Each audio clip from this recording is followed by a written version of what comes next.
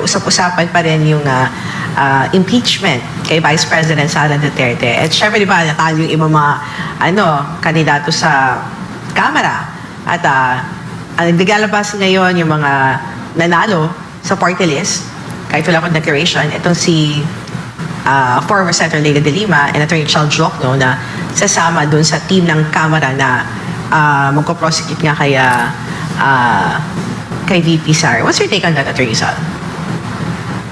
Unang-una, yung sinasabi nilang dalawang hindi naman mga trial lawyers yun na mahabang eksperyensya. Mga pangalan, kontrobersya.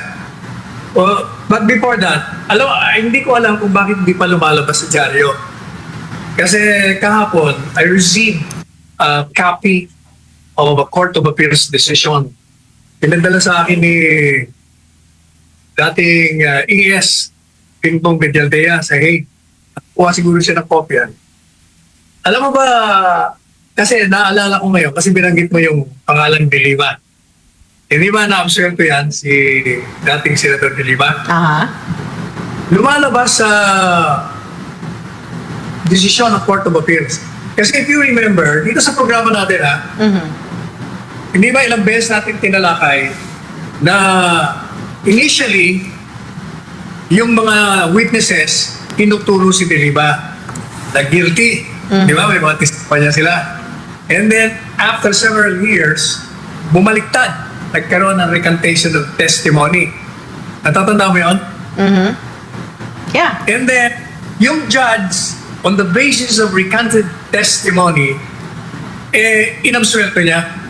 Kung matatanda mo na, yung programa natin ang unang bumatikos doon sa desisyon ng judge. Sabi natin, teka muna, bakit ka mag-aabsuelto ng dahil lamang sa recanted testimony? Sabi natin, before you can give validity to the new testimony, bagong testimonya niya, na bumaliktad siya, kailangan sulong siya, maglatag siya ng ebidensya sa hukuman kung bakit nagsinungaling siya the first time.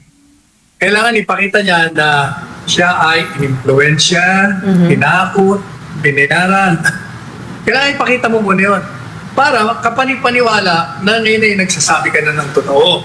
Ang sabi na, wala namang ebidensya, walang sinasabi.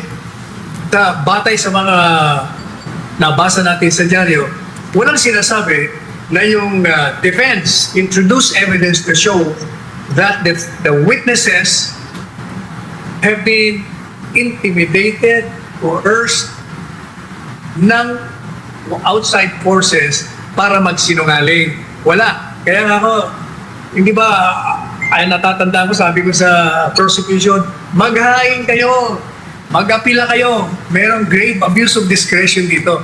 Apparently, hindi ko na nga alam kung nag-apila sila. Nagulat ako nung pinadala sa akin ni Mr. Bedaldea, ni Pingbong, yung desisyon ng Court of Appeals. Alam mo ba kung anong desisyon ng Court of Appeals? Ano yung attorney?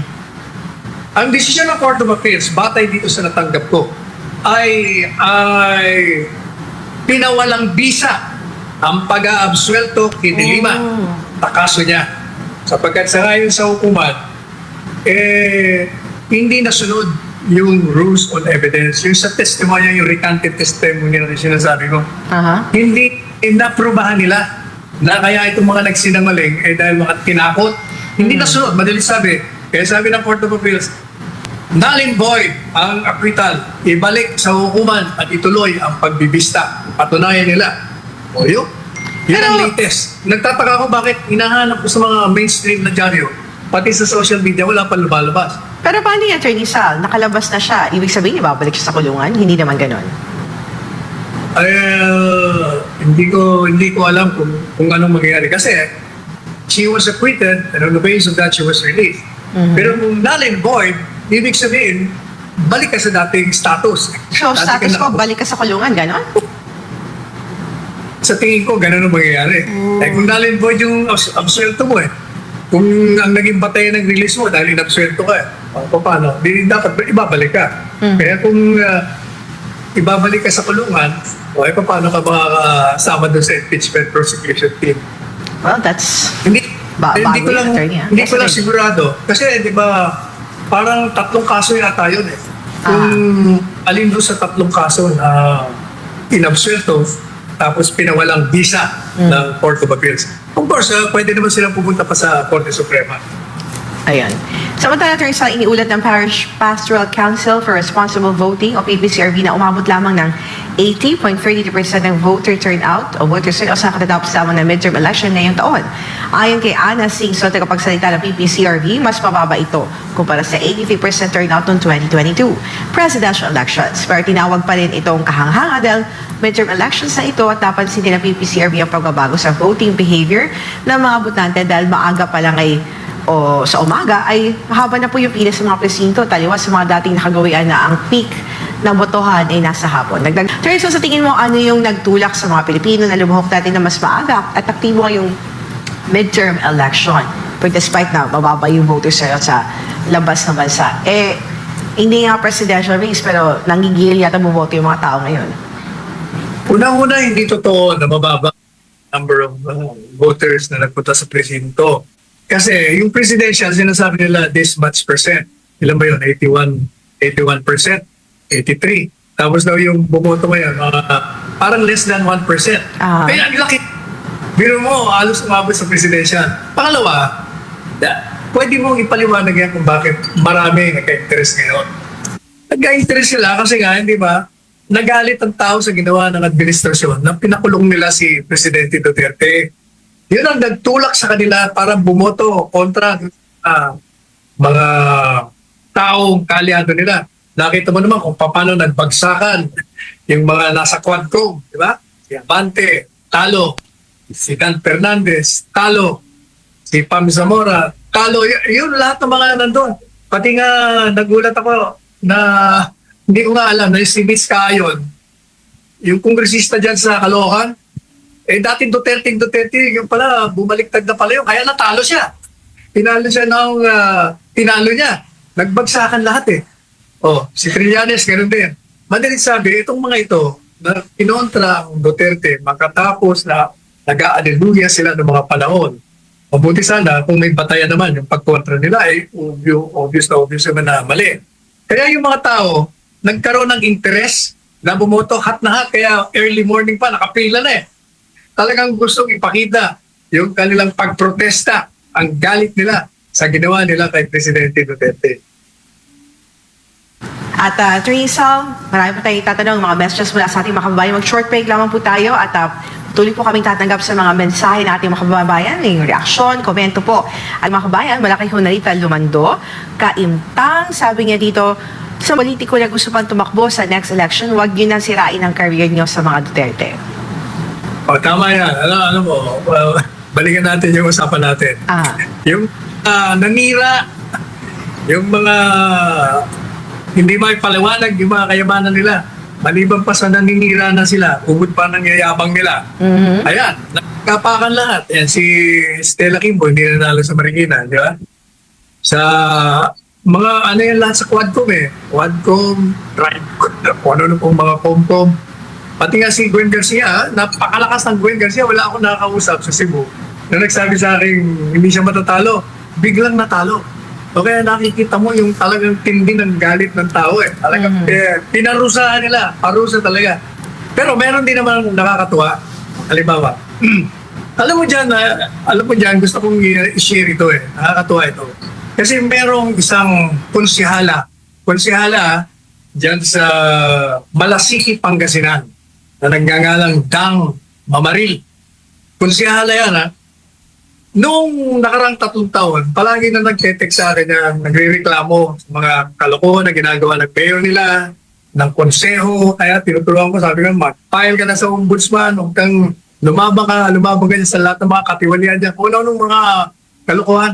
Alam mo ba, yung mayor nila dyan sa Malasiki, yung mayor yung incumbent mayor, naka-third term, tumakbo, nag-slide vice mayor. Ito si Dang Mamaril, tumakbong vice mayor, kalaban niya yung mayor, nakalaban niya, nilalabanan niya sa issue ng korupsyon. Maniniwala ka ba? Tinalo niya. At sabi niya, hindi ako bumili ng kahit na anong boto, wala, dahil binabago ko ang sistema, sabi niya, Attorney Sal. Na tinitingnan ko yung ginugil ko kung ilan ang boto niya. Out of 89,000 votes, nakakuha siya ng 45,000. Mahigit sa kalahati. Pero yung kalaban niya na dating mayor, kakapiranggot lang na nakuha. O madali sabi, ito, Duterte rin ito. Kaya maliban pa doon sa paksahing korupsyon, yung pang Duterte issue, talagang ngayon siyang Vice Mayor. Kaya we would like to congratulate Vice Mayor-elect Dang Mamaril. Pareho din yan sa Bayambang, si Mayor Nina Jose Yambao, yung dating beauty queen artista na pumalit sa kanyang asawa. O second term niya, nanalo na naman. Maraming nakakatuwang mga nanalo, Hana. Dahil kahit na inaapi sila doon sa mga lugar nila, mga kalaban nila. Pero ang daming nanalo na natutuwa. Pero nakakatuwa talaga yung natalo na bigyan na hampas, pinarusahan ng elektorado yung mga talagang kung pwede mong sabihin na binitay sila ng taong bayan sa mga ginawa nilang paglabag sa karapatan ni Presidente Duterte, yung mga paninirang ginawa nila, yung pagbabaliktad nila. Ayan, kita mo, sa Senado, ayan, si Tolentino, dumaga pa. Sino pa? O pati si Bong Revilla. Alam mo ito si Bong Revilla, sa tingin ko, kaya naman ito hindi nabutuan. Tumahimik. Ito, alam ko, Duterte ang puso nito. Pero ang problema, tumahimik kasi. Yung mga tumahimik, tinamaan eh. O, yan din si Benar, nakapanghinahing din. Batang abogado sana to. Kaya nang dating cabinet member, nag-antay Duterte, antay Tibuloy, kaya, yan, naparusahan, ang daming pinarusahan. Si Pacquiao din, ganun din. Sino pa? Yung Binay. O, halos lahat ng mga inaakala mong lalabas, nagbagsakan. Mga attorney Sal, no, kahit nga yung Binay, no, si Abby, hindi mapalad sa national. Pati yung asawa niya na tumakbong mayor, kapalit niya, hindi rin nanalo Attorney Sal. Sila, yung grupo ni Nancy, medyo namayagpag dito sa Makati, Attorney Sal. Kahit ngayon magkakamag-anak sa Taguig, di ba? Nanalo yung wife ni Senator Alan Peter Cayetano, tapos natalo yung kapatid niya na tumatakbong congressman kasi hindi sinuportahan o hindi kasama sa slate ng asawa ni Senator Alan Peter Cayetano. So on and so forth, Attorney Sal.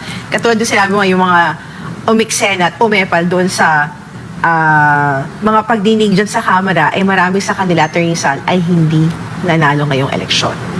Kahit pa hindi sila tumakbo sa congressman, Attorney Sal, yung iba sa kanila tumakbo as governor, mayor, natalo sila, Attorney Sal.